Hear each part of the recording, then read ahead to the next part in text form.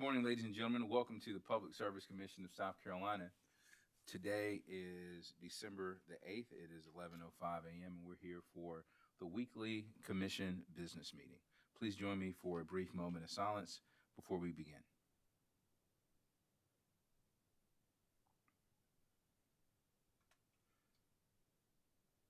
Present in the hearing room, we have Commissioners J. Williams, Caston, Powers, Belzer, C. Williams, and Thomas. Joining us virtually, we have Commissioner Irvin. Attorney Butler, if you would, please read the agenda. Yes, sir. Thank you, Mr. Chairman. Good morning, Mr. Chairman and other members of the commission. The first item of business would be to set the next commission meeting, and at this time, staff would request that that be at the call of the chairman. All right. Thank you, sir. Okay, thank you very much. Going to our utilities agenda. Item number 1 is staff presenting for the commission consideration dates and times of the commission's regularly scheduled commission business meetings for 2022. Is there a motion? Mr. Chairman. Commissioner Thomas. Thank you, sir. I move that the commission approve the following dates, times, and place for the commission's regularly scheduled commission business meetings in 2022. The regularly scheduled meetings for the Public Service Commission of South Carolina shall be held at 2 p.m. in the commission hearing room located at 101 Executive Center Drive in Columbia, South Carolina on the following 2022 dates: January 13, 20, and 27, February 3, 10, and 24, March 10, 24, and 31, April 7, 14, and 28, May 5, 19, and 26, June 2, 9, and 23, July 7, 14, and 28, August 11, 18, and 25, September 1, 15, and 29, October 6, 13, and 27, November 3 and 10, and December 1, 8, and 15. So moved. Hearing Commissioner Thomas's motion, is there any discussion? Chairman Williams, Commissioner Caston. if okay, I wanted to make sure I understood correctly on the April dates again. Was that April 7th, 14th, and 28th, or 24th and 28th? I'm not sure I heard. The April dates proposed are April 7, 14, and 28. You may have some confusion about March. The March dates I'm proposing are 10, 24, and 31. Yes, sir, I do. Thank you very much. Thank you. All right. Any further discussion? Hearing none, we'll move forward with a roll call vote, starting with District 1. Commissioner Williams. Aye. Vice Chair Belzer. I vote aye. Commissioner Caston. Aye. Commissioner Urban. Aye. Commissioner Thomas. Aye. Commissioner Powers. Aye. Chairman Williams votes aye. The ayes have it. The motion carries. Item number 2 on the utilities agenda is docket number 2021-276C. This is the application of Extenet Asset Entity, LLC, for Certificate of Public Convenience and Necessity to provide competing local exchange access, and inter-exchange telecommunications services in South Carolina, and for alternative and flexible regulation. The commission held a hearing on this matter. Is there a motion? Mr. Chairman. Yes, sir. Commissioner Thomas. Thank you, sir. I move that the commission grant the application of Extenet Asset Entity, LLC, or EAE, for Certificate of Public Convenience and Necessity to provide competing local exchange access, and inter-exchange telecommunication services in the state of South Carolina because the requirements of SC Code annotated section 58-9-280 have been met. Additionally, I move that we grant EAE's request for alternative and flexible regulation in accordance with the principles and procedures established for alternative regulation in Commission Order Numbers 95-1734 and 96-55, and docket number 95-661C, and as modified by Commission Order number 2001-997 and docket number 2000-407C. So moved. Hearing Commissioner Thomas's motion, is there any discussion? Hearing none, we'll vote, starting with District 1, Commissioner Williams. I vote aye. Vice Chair Belzer. Aye. Commissioner Caston. Aye. Commissioner Urban. Commissioner Thomas. Aye. Commissioner Powers. I vote aye. Chairman Williams votes aye. The ayes have it. The motion carries. Mr. Chairman, other members of the commission, item number 3 is docket number 2021-277C. This is the joint application of Extenet Systems Incorporated and Extenet Asset Entity LLC for approval to transfer customers and certain assets. This matter was heard as a part of a consolidated hearing with the matter of the application for certificate. Is there a motion? Mr. Chairman, Commissioner Thomas. thank you. I move that the Commission grant the joint request of Extenet Systems, Inc., ESI, and Extenet Asset Entity, LLC, EAE, to transfer assets including customer contracts and related telecommunications network infrastructure from ESI to EAE. EAE will become a new service provider while ESI will continue to operate under its existing Certificate of Public Convenience and Necessity. Customers will receive the same customer service, technical, operational, and managerial support as they did before, and the rates and terms of service will remain the same. The merging of assets is therefore consistent with the public interest. So moved.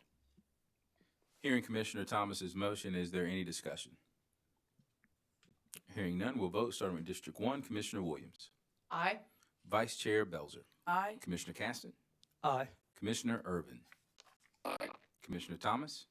Aye. Commissioner Powers. I vote aye. Chairman Williams votes aye. The ayes have it. The motion carries. Item number 4 on the utilities agenda is docket number 2008-462C. We have a document, notice of transfer of control filed on behalf of Network Innovations Incorporated. Is there a motion? Mr. Chairman. Commissioner Urban. Mr. Chairman, I move the commission to have that information and notice the transfer.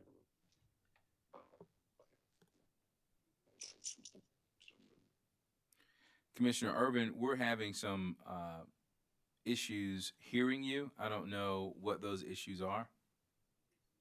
I'm hearing that we need to take a brief recess. We're in recess for 15 minutes.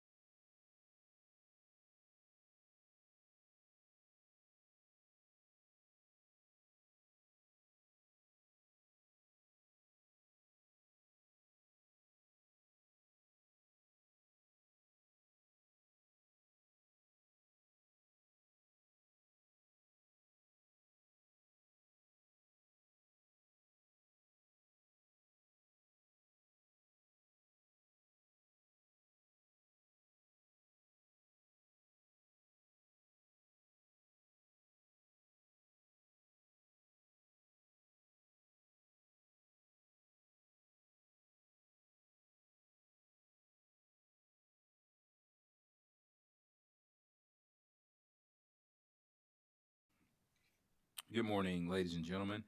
Welcome back to the Public Service Commission of South Carolina. Please accept our sincerest apologies for the delay. Present in the hearing room, we have Commissioners J. Williams, Caston, Powers, Belzer, C. Williams, and Thomas. Joining us virtually, we have Commissioner Irvin. We were on item number 4. Attorney Butler, if you could read item number 4 for us again. Yes, sir. Item number 4 on the utilities agenda is a notice of transfer of control filed on behalf of Network Innovations Incorporated for the Commission's consideration. All right, is there a motion in item 4? Mr. Chairman, Commissioner Irvin, you have the floor, sir. thank you. I move the commission accept as information the notice of transfer of control filed on behalf of Network Innovations Incorporated. So moved. All right, hearing Commissioner Irvin's motion, is there any discussion? Hearing none, we'll start with a roll call vote. We'll start with Commissioner Williams. District 1, Commissioner Williams. Aye. Vice Chair Belzer. I vote aye. Commissioner Caston. Aye. Commissioner Irvin. Aye. Commissioner Thomas. Aye. Commissioner Powers. Vote aye. Chairman Williams votes aye. The ayes have it. The motion carries. Item 5 is in docket number 2004-48C. We have a request by Spectrotel Incorporated, DBA One Touch Communications, DBA Touch Base Communications. The request to withdraw its switched access services tariff number 5, effective November 28, 2021. Is there a motion? Chairman Williams. Commissioner Williams, you have the floor. Thank you, sir. I move that the commission grant the request of Spectrotel Incorporated, doing business as One Touch Communications, doing business as Touch Base Communications, to withdraw its switched access services tariff number 5, effective November 28th, 2021. This company is not providing services under this tariff at present and has no plans to do so. Should the company decide that it wants to provide the services listed under the tariff again, it may make the appropriate filings with the commission. Hearing Commissioner Williams' motion, is there any discussion? Hearing none, we'll start voting with District 1, Commissioner Williams. Aye. Vice Chair Belzer. Aye. Commissioner Caston. Aye. Commissioner Irvin. Aye. Commissioner Thomas. Aye. Commissioner Powers. I vote aye. Chairman Williams votes aye. The ayes have it. The motion carries. Item number 6 is under docket number 2021-362E. There is a request of Duke Energy Progress for approval of a transfer and sale of property in Asheville, North Carolina. Is there a motion? Chairman Williams. Commissioner Caston, you have the floor. I move that the commission approve the application for the transfer and sale of certain real property in Asheville, North Carolina, filed by Duke Energy Progress, LLC. The sales price for the real property exceeds the appraised value and meets other requirements for such a sale as provided by South Carolina law. Hearing Commissioner Caston's motion, is there any discussion? Hearing none, we'll vote, starting with District 1, Commissioner Williams. Aye. Vice Chair Belzer. I vote aye. Commissioner Caston. Aye. Commissioner Irvin. Aye. Commissioner Thomas. Aye. Commissioner Powers. Aye. Chairman Williams votes aye. The ayes have it. The motion carries. Item number 7 is under docket number 2005-83A, and at this time, staff would present for commission consideration the revised pro se litigants guide. Is there a motion? Chairman Williams. Commissioner Williams, you have the floor, ma'am. Thank you very much. I move that the commission approve the revised pro se litigants guide as filed. I believe that the updated guide will continue to provide helpful information to pro se litigants who appear before the commission. Hearing Commissioner Williams' motion, is there any discussion? Chairman Williams. Commissioner Williams, you have the floor, ma'am. Thank you very much. About a year ago, several of us were new commissioners. A few of us were just learning what a pro se litigant is. And there were applicants who in certain cases, these are the applicants who in certain cases are permitted to represent themselves before the Public Service Commission. Next, we learned that the commission had a guide that was created almost 10 years ago. What you have before you today for your consideration is an update to that pro se litigants guide, but it is much more than just an update. Using a fabulous in-house team, we worked incredibly collaboratively to offer you the pro se litigant guide today that is more readable and understandable to the general public, who is, of course, our target. Introduced elements to connect with different learning styles, to be able to read, see, and hear the message. Added an appendix that provides resources to pro se litigants to both opportunities to enhance their skills, but also affordable alternatives to their representation. Along the way, we added a video component to help explain the PSC process to potential pro se litigants. They are encompassed in the guide and have the ability to connect with potential pro se litigants via social media. The guide is before you today for your consideration and approval. Once approved, it will be added to our website and shared as appropriate using our social media policy. In addition to our team, we've shared the draft guide with the Commission's Advisory Committee twice and received very helpful suggestions which have been incorporated. For our colleagues in the Public Service Commission hearing room, utilities, interveners, and state offices like Office of Regulatory Staff and the Department of Consumer Affairs, I encourage you to link to these resources if approved. The updated version will be live tomorrow, December the 9th. Thank yous go to the entire staff. I'm going to name a few individuals, but many of you offered advice or moved this along in the process. This collaborative team included, and I'm just going to give you an idea of some of the things that they brought to the table, but of course there were many other additions that they made. Our Chief Clerk and Director, Jocelyn Boyd, who championed the idea of the update and the idea of producing the videos. Rob Bachman, who learned the software, wrote and produced the videos. Joanne Wessinger-Hill, who had the idea to include the appendix with resources. And David Butler, who kept our definitions legally correct but more understandable. Jackie Thomas, who served as our cover model. And finally, Afton Ellison, who kept all of us and this project moving and touched every part of the document. So with that, I look forward to any commissioner comments or questions. Any further discussion? Mr. Chairman, Commissioner Thomas. thank you. I would just like to commend Commissioner Williams for pretty much heading this up, and it seems to me that she kicked it off, and all of the staff that did so much as she described. It just it's great teamwork, and it's a great product, and I just would like to express my thanks. Thank you. Any further discussion? All right. Hearing none, we'll vote starting with District 1. Commissioner Williams. Aye. Vice Chair Belzer. I vote aye. Aye, sorry. Commissioner Williams votes aye. Vice Chair Belzer. Aye. Commissioner Caston. Aye. Commissioner Urban. Aye. Commissioner Thomas. Aye. Commissioner Powers. Aye. Chairman Williams votes aye. The ayes have it. The motion carries. Mr. Chairman, item 8 is under docket number 2005-83A, and the matter before the commission is procedural issues related to requests for allowable ex parte briefings. Is there a motion? Mr. Chairman, Vice Chair Belzer.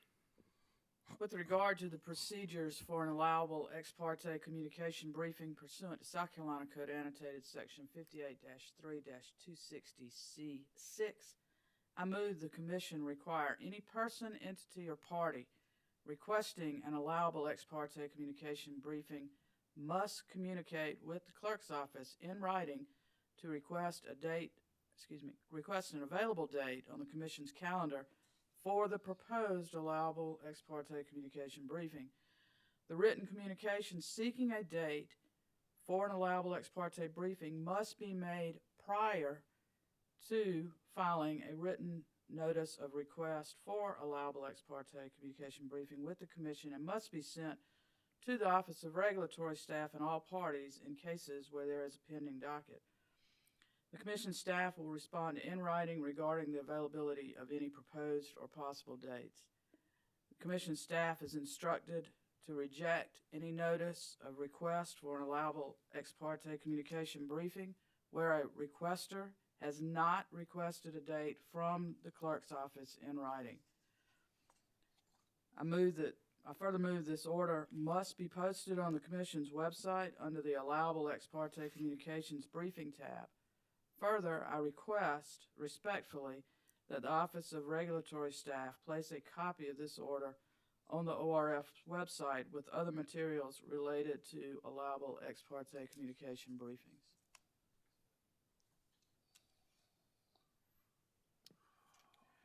All right, hearing Vice Chair Belzer's motion, is there any discussion? Mr. Chairman, Vice Chair Belzer.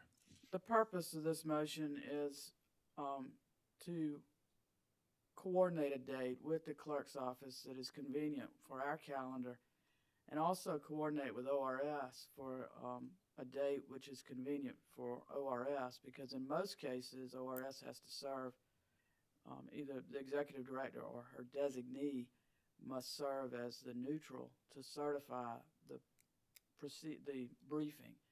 So I think it's just imperative that anyone wanting to provide information to the commission through an allowable ex parte briefing coordinate to obtain an agreeable date before they send in a notice with a date on it.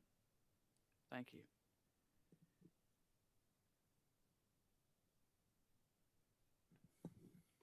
Any further discussion? Mr. Chairman. Commissioner Urban. Thank you, Mr. Chair. I'd like to thank Vice Chair Belser for her hard work in cleaning this process up. Recently had a situation where actual ex parte briefing was put on our calendar and proper notifications had not gone out to ORS and some others that were involved. So this will really help keeping the lines of communication open and making sure that everybody's on the same page. So, Commissioner Belser, we appreciate your work on this. Thank you. All right, any further discussion? Hearing none, we'll start voting with District 1, Commissioner Williams. Aye. Vice Chair Belzer. Aye. Commissioner Caston. Aye. Commissioner Irvin. Aye. Commissioner Thomas. Aye. Commissioner Powers. Aye. Chairman Williams votes aye. The ayes have it. The motion carries. Item 9 is in docket number 2019-387A. And staff is presenting for commission consideration at this time Blue Granite Water Company's motion for leave to file out-of-time customer data protection guidelines. And Mr. Chairman, I would note for the record that Commissioner Caston has advised me that he is recused from this matter and will not be voting, which is the historical practice that he has on older dockets. Thank you, sir. Is there a motion? Mr. Chairman. Commissioner Powers. Thank you, Mr. Chairman. I move the commission grant the motion of Blue Granite Water Company for leave to file out-of-time customer data protection guidelines.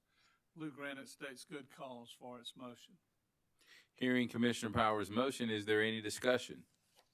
Mr. Chairman, Commissioner Powers. I would just add that we certainly feel it's necessary to have the protection with all companies we deal with, and I think the fact that they were out of time with this would be irrelevant to the goal that we seek. Understood. Is there any further discussion? Hearing none, we'll vote, starting with District 1, Commissioner Williams. Aye. Vice Chair Belzer.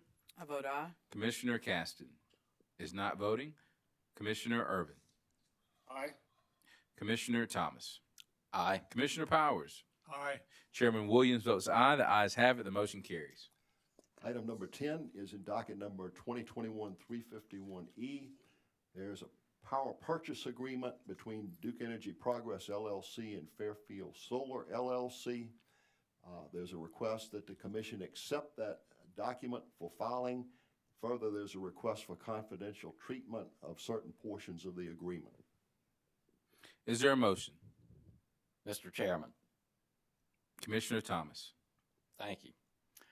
I move that the commission accept for filing the power purchase agreement between Duke Energy Progress LLC and Fairfield Solar LLC. I further move that the commission grant the request for confidential treatment of certain portions of the agreement, as the company asserts it contains commercially sensitive and proprietary information that is entitled to protection under the South Carolina Freedom of Information Act. So moved. Hearing Commissioner Thomas's motion, is there any discussion? Hearing none, we'll vote, starting with District 1. Commissioner Williams. Aye. Vice Chair Belzer. I vote aye. Commissioner Caston. Aye. Commissioner Irvin. Aye. Commissioner Thomas. Aye. Commissioner Powers. Aye. Chairman Williams votes aye. The ayes have it. The motion carries. Item number 11 is under docket number 2021-348S. In this case, we have for commission consideration a sewer agreement between Blue Granite Water Company and Shoals Landing Phase 3. And again, Commissioner Caston wishes for me to inform you that he will recuse himself on this particular matter and will not be voting. Is there a motion? Mr. Chairman, Commissioner Thomas. thank you. I move that the commission grant the application for approval of the sewer agreement between Blue Granite Water Company and Shoals Landing LLC as related to Phase 3 of the Shoals Landing development. So moved. Hearing Commissioner Thomas's motion, is there any discussion? Hearing none, we'll vote, starting with District 1. Aye. Vice Chair Belzer. Aye. Commissioner Caston. Commissioner Caston is not voting. Commissioner Irvin. Aye. Commissioner Thomas. Aye. Commissioner Powers. Aye. Chairman Williams votes aye. The ayes have it. The motion carries. Item number 12 is in docket number 2021-153S. Staff is presenting for commission consideration the final disposition of the Palmetto Wastewater Reclamation Incorporated application for adjustment of rates and charges. Is there a motion? Mr. Chairman, Vice Chair Belzer. thank you. I move that the commission approve the partial stipulation made among the parties and an 8.0% return on equity.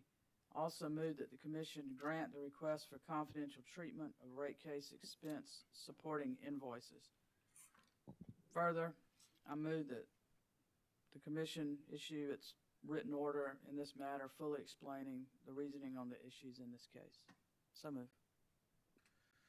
Hearing Commissioner Belzer's or Vice Chair Belzer's motion, is there any discussion? Mr. Chairman, this is Commissioner Irvin. Commissioner Irvin, you have the floor, sir. I was not present when this matter was heard. I was on annual leave, so I will not be voting on this item. Thank you. Commissioner Irvin did not participate and is not voting.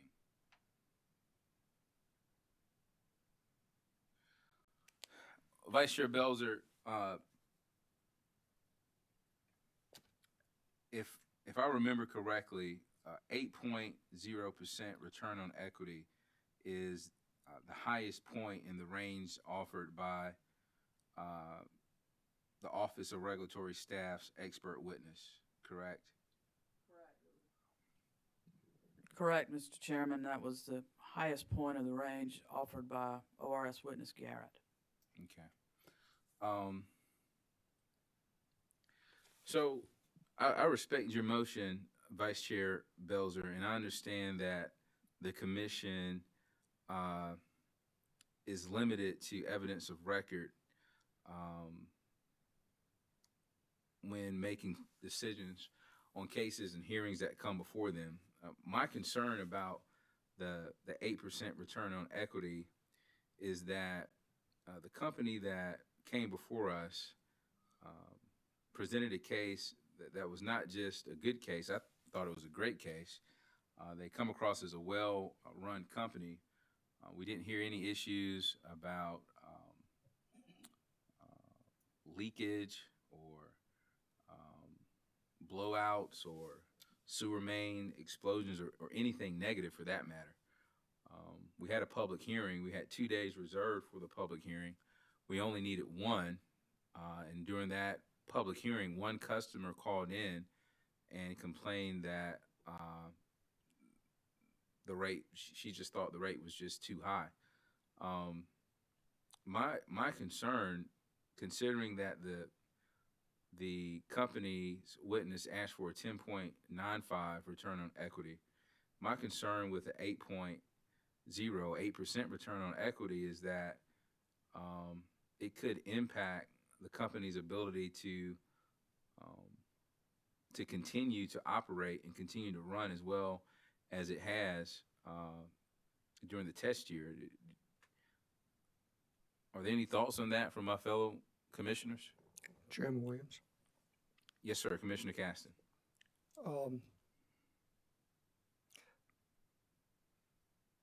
I think based on, what we heard, it did appear that the utility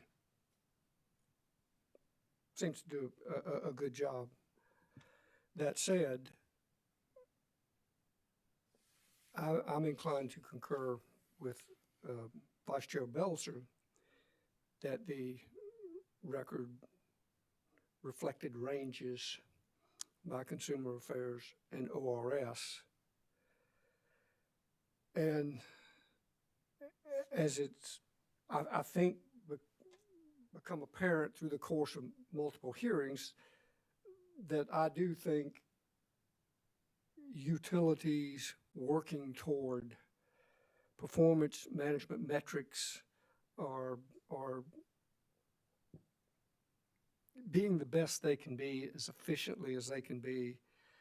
I think economically managed is very important. That said, I think we have a generic docket open on, looking at whether it's alternative rate methodologies, performance measures, or whatever. That I do think that there are potential opportunities or things that can be done or considered or looked at. Whether return on equity or rate of return is, could, or should be one of those measures at this point in time, I'm not sure. I'm not sure it's not the case, but I'm not sure it is the case. Now, that probably didn't clear anything up greatly, but I guess I'm inclined to agree with Vice Chair Belzer. Thank you, sir. Understood, Commissioner Caston. I guess my concern is, and I don't pretend to be a rate of return or return on equity expert, but just as a practical matter, when you have a company that presents the way this company presented, without the issues that we know exist in the utility industry in South Carolina, if this company, it's just hard for me to reconcile a company that has issues that we know of, that has issues with customer relations. That company still, even the problematic company, has the opportunity to earn a return. I don't know if there's ever been a case before the commission where the commission has denied a return in total, where it's been 0%.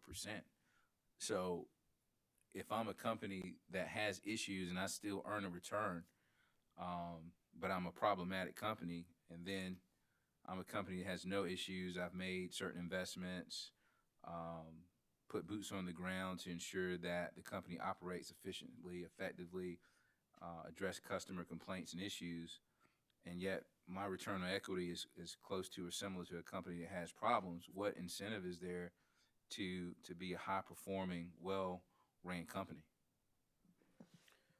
May I answer that? Mr. Chair, Yes, sir. well, I can only give you my opinion. The incentive, at least from my experience, was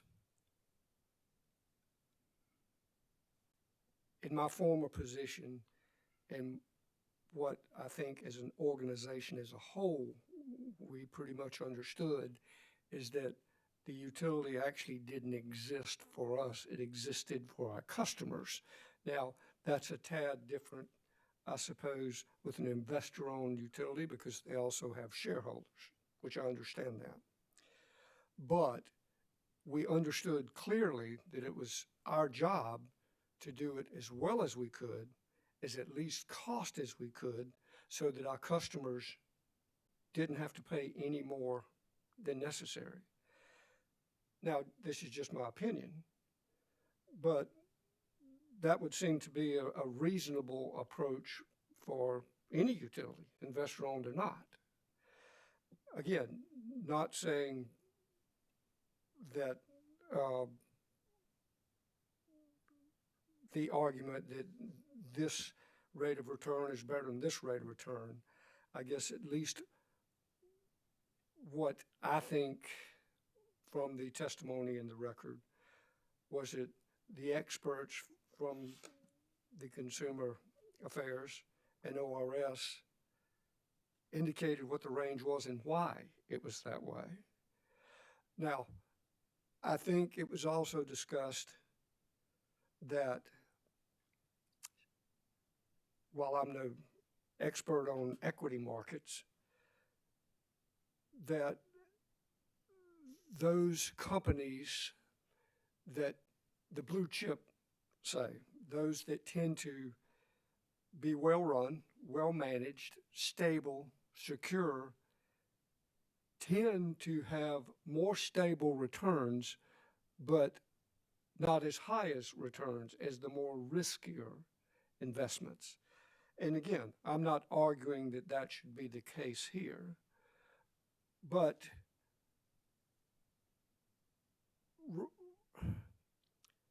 I do believe it is wise and prudent for this commission to continue working with utilities to look at alternative methods or performance management metrics or whatever. But because the utility does their job and does it well, that should kind of be the norm and expected. And a reward certainly should be in making good returns. No two ways about that.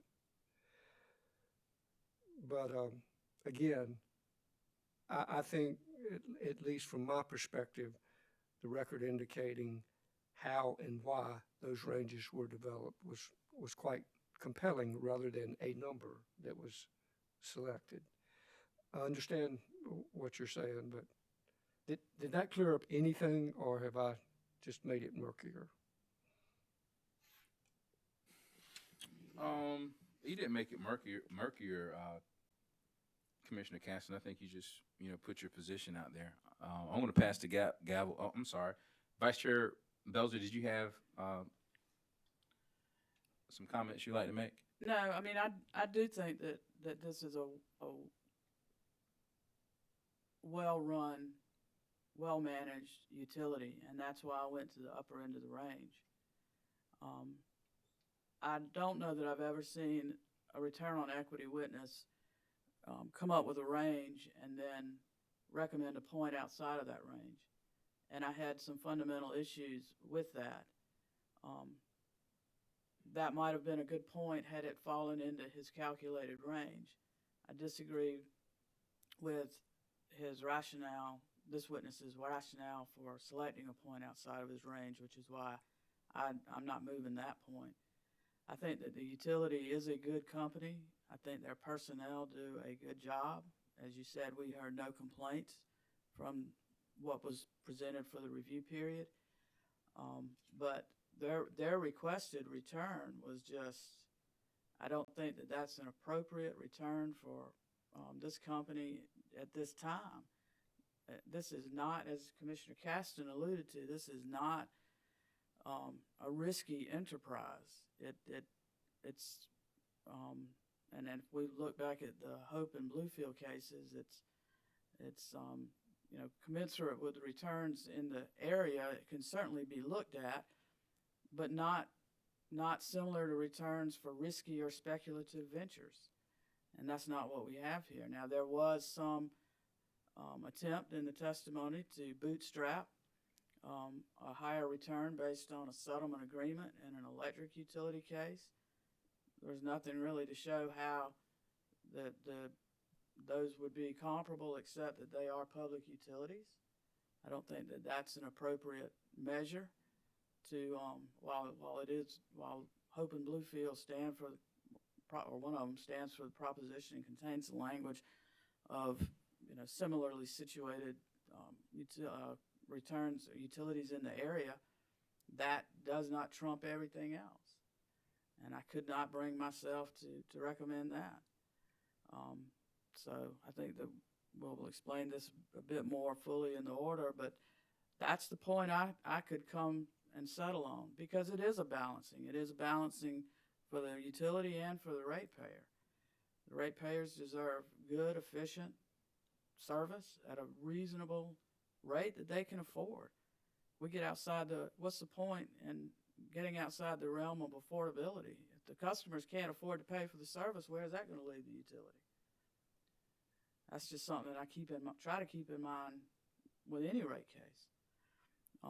But that's the point I came to, and if somebody else has a better suggestion, I'm open to hear it. Thank you. Mr. Chairman? Commissioner Thomas. Thank you. I think some excellent points have been made. I think that the comments by Commissioner Caston and the Vice Chair carry a lot of weight. And I think that the Vice Chair's last point about the balancing act between the customers and the shareholders is something that we have to balance and weigh. And the proposed number that the company put out there, in my opinion, would make things difficult for the customers. And just having said that, I agree with the Vice Chair's motion.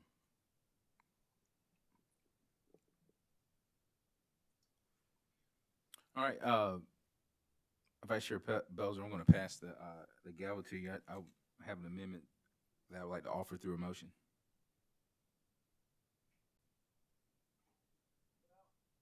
I reckon I'm a bit concerned since it's my main motion, and but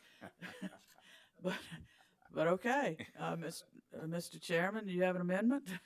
Yeah, I would just like to. I understand everything that has been said, and I understand everything that has been said. But I think the company's witness, even though the company's witness only offered a point, and I'll make 2 points here. The company's witness offered 1 point, 10.95, but then also asserted or offered that a 9.5 return on equity would not be unreasonable in this case, in his expert opinion. Similarly, while ORS's witness offered a range with a high end of 8.0%, 8%, the ORS witness also offered a number 8.9 that he thought would be appropriate in this case. Those experts were stipulated as experts in the areas of rate of return, so I believe that we can rely on their expertise in their offerings. I believe that. And I think that a 9.5% rate of return, or return on equity in this case, would be fair and balanced, prudent and reasonable, considering balancing how well run and well managed this company is, and affordability for the customer. Because the thing is, right now, this company is providing excellent service to those customers. And I would like to see those customers continue to receive such service.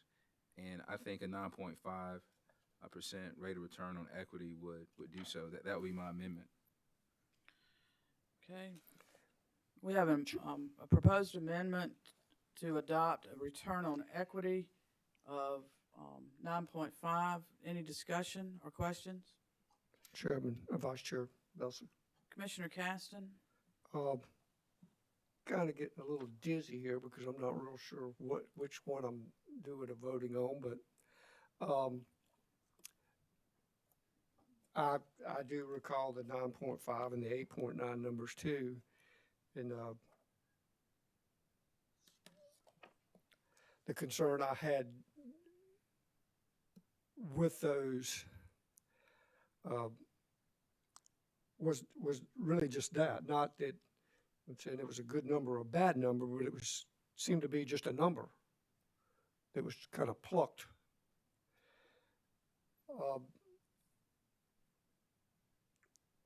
I guess I think the record is much stronger relative to the expert ranges from Consumer Affairs and ORS.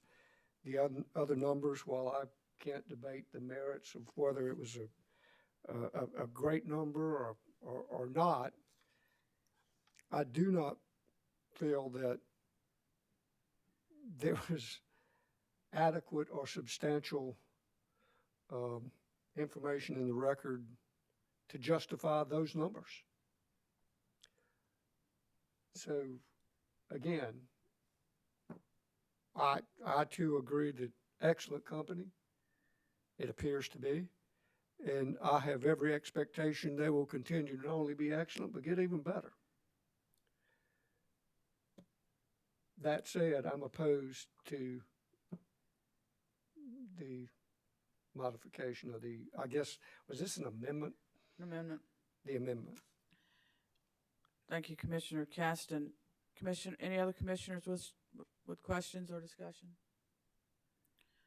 We will vote on the amendment to change the 8.0 rate of return on equity to 9.5, was it, Mr. Chairman? Yes, % return on equity.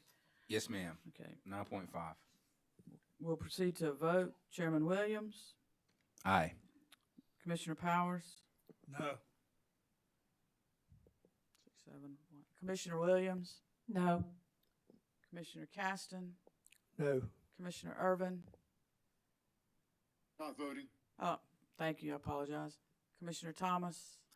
No. And I vote no. The amendment fails.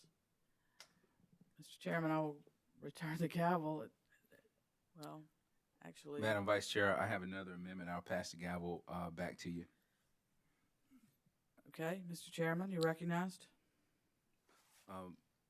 Madam Vice Chair, I move that we amend the rate of return in your offered motion from 8.0 to 8.9%.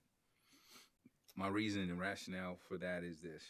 The same witness that gave the range with a high point of 8.8%, 8.0%, gave the point of 8.9 and thought it was appropriate in this case. And what I can't reconcile is how can we find that witness's range appropriate and supported by evidence of record, but not find his point of 8.9, which he thought was appropriate in this particular case. I don't see how we can accept one without the other. That's my amendment. We have an amendment on the floor to adopt an 8.9% return on equity. Any questions or discussion? Vice Chair Belzer? Commissioner Williams? Thank you.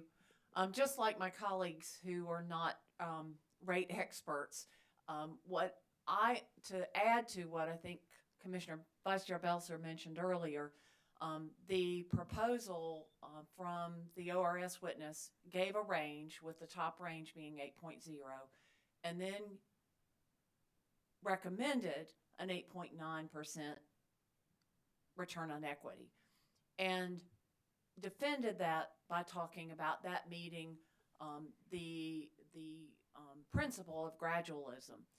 And when asked about that further, and and reflecting on what I'm learning about gradualism, my concern is that gradualism is meant to reflect what the consumer is paying. And for that reason, am not able to support the alternate motion for 8.9.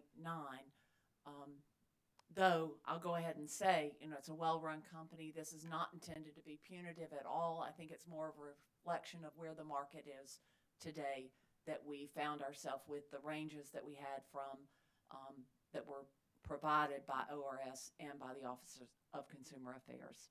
Thank you. Any further questions or discussion, Commissioner Powers? I would just add there was some strong support or strong thought and good testimony at 7.7%. And I was very much influenced by the testimony of the experts with Consumer Affairs, and would reiterate the same things that are being said about consumers and the way things are today. I just think that we're 8% is an acceptable number, and that would be such that I would have to vote against the amendment as well. Commissioner Thomas, I see your light on. Do you have a comment? Thank you. Yes. I guess my concern is, and not being an attorney, my concern is the support in the record and the rulings in the past that have been overturned. And so given that I don't really completely understand all of the legal argument side of it, but I do know that the ranges have been very important in the past, and sticking with the ranges. And so for that reason, I am in favor of sticking with the range. That's all I had. Thank you. Any further comments? Hearing none. Madam Vice Chair, Chairman Williams. I appreciate all the comments, and I don't want anyone here or out viewing to think that I love you all any less, because you all are still my friends. But I do think that the ORS expert made a recommendation, and as the expert, regardless of the range he offered, the testimony he offered here during the hearing was that he recommended in this case 8.9%, and he stood on that. So I'll just leave it there. Thank you.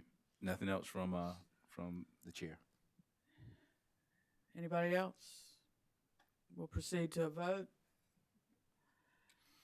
Chairman Williams. Chairman Williams votes aye. Commissioner Powers. No. Commissioner Williams. No. Commissioner Caston. No. Commissioner Thomas. No. And I vote no. The amendment fails. Mr. Chairman, I will return the gavel to you. Thank you.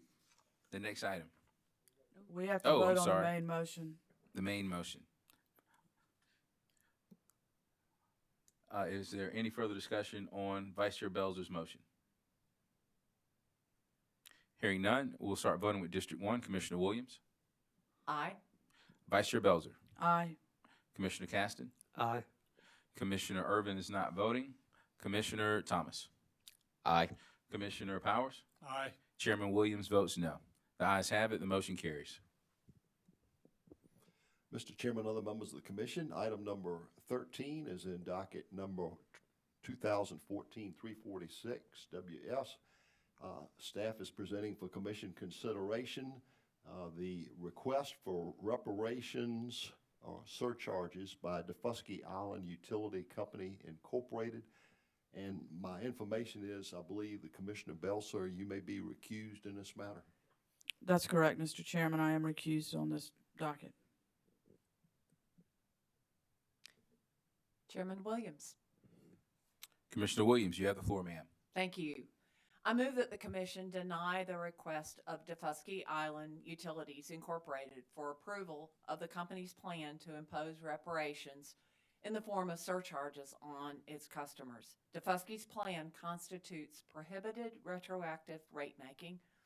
There are other issues with this plan. Accordingly, I further move that the Commission issue a full written order on this matter, describing the retroactivity issue and the other problematic issues supporting the denial of the company's request. Hearing Commissioner Williams' motion, is there any discussion? Hearing none, we'll vote, starting with District 1, Commissioner Williams. Aye. Vice Chair Belzer. I'm recused. Vice Chair Belzer is not voting, as she is recused. Commissioner Caston. Aye. Commissioner Irvin. Aye. Commissioner Thomas. Aye. Commissioner Powers. Aye. Chairman Williams votes aye. The ayes have it. The motion carries. Item number 14 is in docket number 2019-290WS. Staff is presenting for commission consideration Blue Granite Water Company's letter requesting the commission's approval to cancel and release its appeal bond. And as I understand it, Commissioner Caston is recused from this matter. All right. Is there a motion? Mr. Chairman, Vice Chair Belzer. I move the commission grant the request of Blue Granite Water Company to cancel and release the appeal bond in this for its rate case in this docket. So move. Hearing Vice Chair Belzer's motion, is there any discussion? Hearing none, we'll vote, starting with District 1, Commissioner Williams. Aye. Vice Chair Belzer. Aye. Commissioner Caston is recused and is not voting. Commissioner Irvin. Aye. Commissioner Thomas. Aye. Commissioner Powers. Aye. Chairman Williams votes aye. The ayes have it. The motion carries. Mr. Chairman, staff requests that item number 15 be carried over at this time. Item 15 is carried over. Okay, likewise, Mr. Chairman, staff would also request that item number 16 be carried over due to the request of the Office of Regulatory Staff. Item 16 is carried over. Thank you, Mr. Chairman. Going to numbers 17 and 18, staff would recommend that these be taken together. Both of these are motions to withdraw and substitute counsel of record. I'll go over these briefly. Item 17 is in docket number 2006-268, has to do with Duke Energy Carolina LLC's quarterly financial reports. Item 18 is docket number 2006-270E. This is Duke Energy Progress quarterly financial reports. And in both of these cases, the companies are moving to withdraw Heather Shirley Smith as counsel of record and substitute Samuel J. Wellborn, Esquire, as counsel of record in both dockets. Is there a motion? Chairman Williams, I'd like to make a motion. Commissioner Caston, you have the floor. I move that the commission grant the motions of the Duke companies to withdraw Heather Shirley Smith, Esquire, as counsel of record and substitute Samuel J. Wellborn, Esquire, as counsel of record in the dockets listed in items numbers 17 and 18, as discussed by Mr. Butler. Hearing Commissioner Caston's motion, is there any discussion? Hearing none, we'll vote, starting with District 1. Commissioner Williams. Aye. Vice Chair Belzer. I vote aye. Commissioner Caston. Aye. Commissioner Irvin. Aye. Commissioner Thomas. Aye. Commissioner Powers. Aye. Chairman Williams votes aye. The ayes have it. The motion carries. Item number 19 is in docket 2021-324WS. Staff is presenting to the commission for consideration a procedural schedule for this docket. It's the application of Kiowa Island Utility to file proposed changes in rates, charges, and other matters. Is there a motion? Chairman Williams. Commissioner Williams, you have the floor, ma'am. Thank you. The Commission received and accepted a completed application from Kiowa Island Utility Incorporated, Kiowa, on December 2nd, 2021. This is the date when Kiowa completed its application by providing required information related to customers as a supplement to Schedule E of Exhibit B. Using December 2nd as the date of application, I move that the commission adopt the following procedural schedule in this docket. The hearing date would be March 28th, 2022. Intervention date, February 14th, 2022. Newspaper publication date, December 23rd, 2021. Deadlines to email or mail bill insert to customers, January 25th, 2022. Customer public hearing, either March 21st, 2022 or March 22nd, 2022. Applicant direct testimony, January 17th, 2022. Other parties of record direct testimony, February 14th, 2022. Applicant rebuttal testimony, February 28th, 2022. Other parties of record surrebuttal, March 14th, 2022. Order due date, June 2nd, 2022.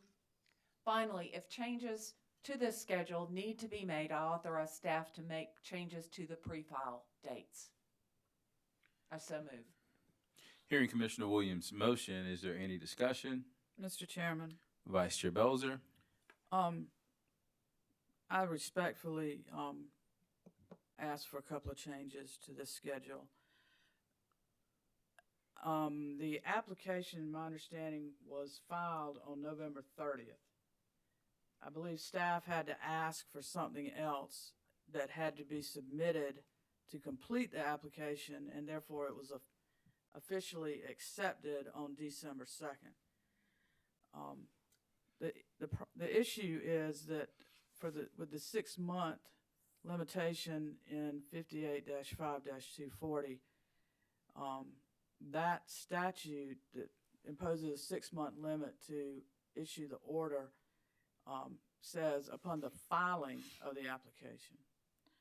I'm concerned that our staff tends to be very generous in working through these issues with the parties, and then that ends up hamstringing us a little bit on when the application is accepted, because the statute does filing. So I would, Commissioner Williams, respectfully ask that that we note that November 30th be the date of the application. I would also ask that the hearing date be changed to April 4th instead of March 28th, if that's agreeable with you. And then I think the order due date would then be May 30th, but since May 30th, I believe, is the Memorial Day holiday, the actual due date would be May 31st. And I would offer those as friendly amendments if you don't mind. Absolutely. I accept those. Thank you. And if I may, if that meets with the chair's approval, a friendly amendment. Sure, if Commissioner Williams is willing to accept the friendly amendments, and I believe she has. Okay. Also, Mr. Chairman, I know that we try to work with the parties in this schedule. I mean, it's important because they have a lot of important work to do to prepare the case for hearing, get witnesses straight, conduct a discovery. However, our job is important as well. And years ago, and I'm telling on myself, these hearings were scheduled during the 4th month. And that has slipped continually, where parties have pushed for more time. And it really, I find it to hamstring me a lot when I don't have the time I need to go through the record to hopefully come up with a result that I can find, that I can live with and I can support. And so I think the March 28th date would have been the end of the 4th month. The parties had requested a hearing dates in April. We've already got a couple of things on the calendar in April, and that's why I would propose the the hearing date during the week of April the 4th. That's cutting a week into our time, but I think I can live with that if the other commissioners can. But that's why I made that proposal. And That's all I have to say. Thank you, Mr. Chairman. Mr. Chairman? Commissioner Thomas. Thank you. I just have a question, clarification, actually. I may have missed something, but did we set a time, a date for the other parties of record rebuttal testimony? It's near the end of the schedule, and I may have missed if that was a date. I think perhaps March the 14th of 2022 would be a good date for that. Perhaps that was said, and perhaps I missed that, but that's my friendly amendment if needed. I believe it was said, but maybe I missed it. Absolutely. Amend it if needed. Thank you. All right. Okay. If there's nothing else, we will vote, starting with District 1, Commissioner Williams. Chairman Williams. Oh, Commissioner Caston. I'm sorry. I want to make sure I have in the past recused myself relative to anything related to Southwest, and I did recently with I think Palmetto wastewater reclamation because of I did not recuse myself in that one, but we did confirm with I think their counsel. They understood I at least got I guess a letter from state ethics specifically with that. And I intended to do the same thing relative to this particular issue. So I did not plan to recuse myself. I have not heard anything to the contrary from, I guess, counsel for Kiowa, anyone that would state otherwise. If there is,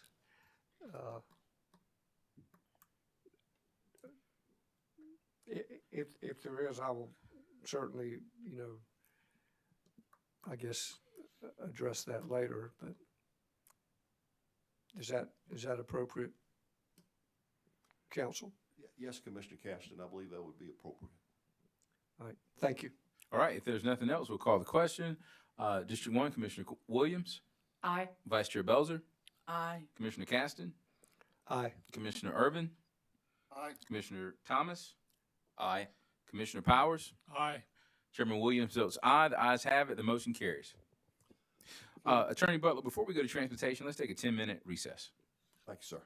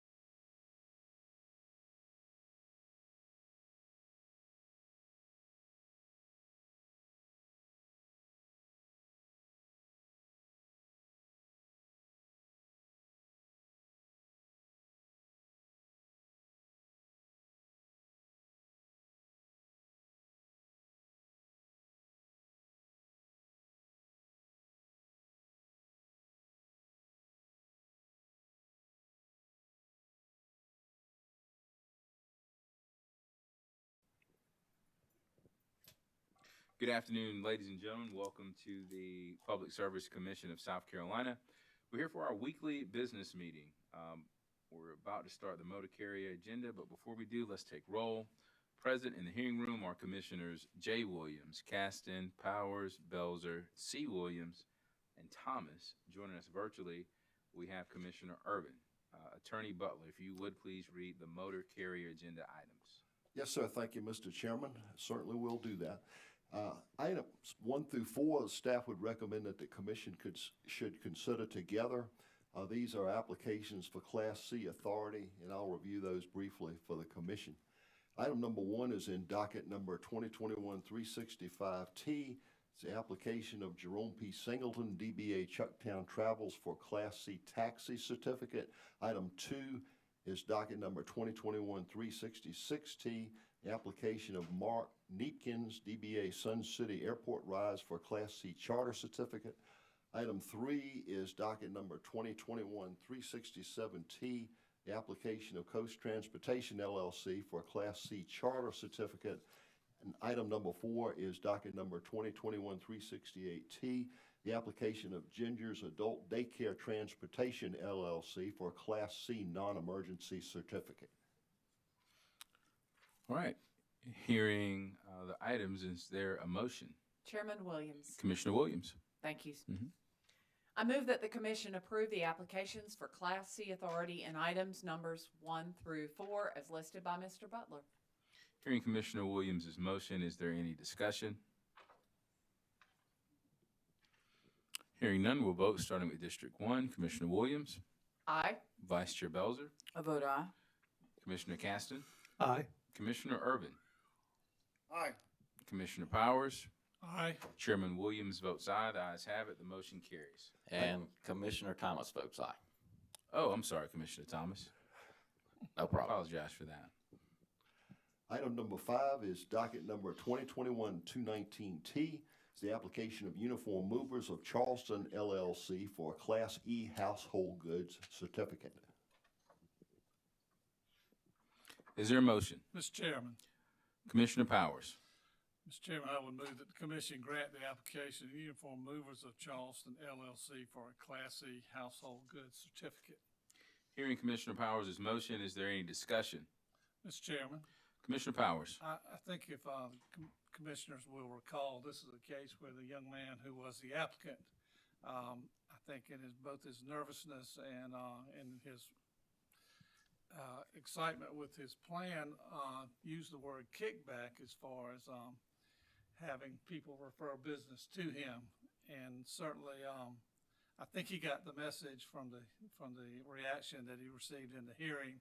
I think it was a learning experience, and I don't think he meant the word that way.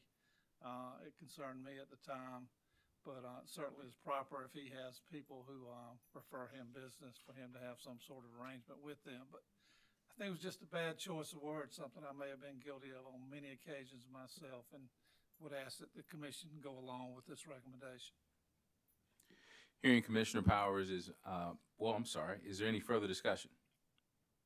Hearing none, we'll vote starting with District 1. Commissioner Williams. Aye. Vice Chair Belzer. I vote aye. Commissioner Caston. Aye. Commissioner Irvin. Aye. Commissioner Thomas.